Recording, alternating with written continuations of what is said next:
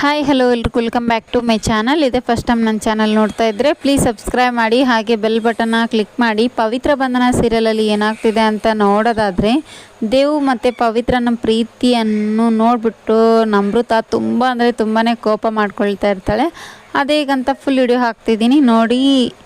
ಹಾಗೆ ಪವಿತ್ರ ಬಂದುಬಿಟ್ಟು ದೇವನ ಕೈನ ಹೆಗಲ ಮೇಲೆ ಇಟ್ಕೊಂಡು ಕರ್ಕೊಂಡು ಹೋಗ್ತಾ ಇರ್ತಾಳೆ. ಅಷ್ಟೊತ್ತಿಗೆ ನಮೃತ ಬಂದು ನಾನು ಹಿಡ್ಕೊಳ್ತೀನಿ ಬಿಡು ಅಂತೇಳಿ ಬಿಡಿಸ್ಕೊಳಕ್ಕೆ ಹೋಗ್ತಾಳೆ.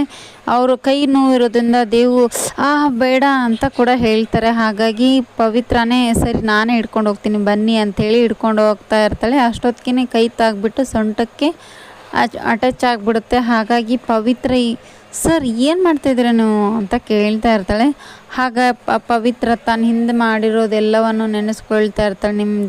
ನಿಮ್ಮ ಜೀವನದಲ್ಲಿ ನಾ ಇರೋಕ್ಕೆ ಸಾಧ್ಯನೇ ಇಲ್ಲ, ನನ್ನ ಮನಸ್ಸಲ್ಲೂ ಕೂಡ ನಿಮಗೆ ಯಾವತ್ತೂ ಜಾಗನೇ ಇಲ್ಲ ಅಂತ ಹೇಳಿದ ಪವಿತ್ರ ಇವತ್ತು ದೇವನಿಗೋಸ್ಕರ ತನ್ನ ಎಲ್ಲ ಕಷ್ಟಗಳನ್ನು ಮೀರಿ ದೇವನ್ನ ತುಂಬಾ ಜೋಪಾನವಾಗಿ ಕಾಪಾಡ್ತಾ ಇದೆ. ಹಾಗೆ ರಾಧಿಕಾ ಕೂಡ ಯಾವ ಸೊಸೆನ ಬೇಡ ಅಂತ ಹೇಳಿದ್ಲು ಅದೇ ಸೊಸೆನ ಆರತಿ ಮಾಡಿ ಒಳಗಡೆ ಕರ್ಕೊಳ್ತಾಳೆ. ಇಬ್ಬರು ಕೂಡ 100 ಕಾಲ ಚೆನ್ನಾಗಿರ್ರಿ ಅಂತ ಕೂಡ ಹೇಳ್ತಾಳೆ.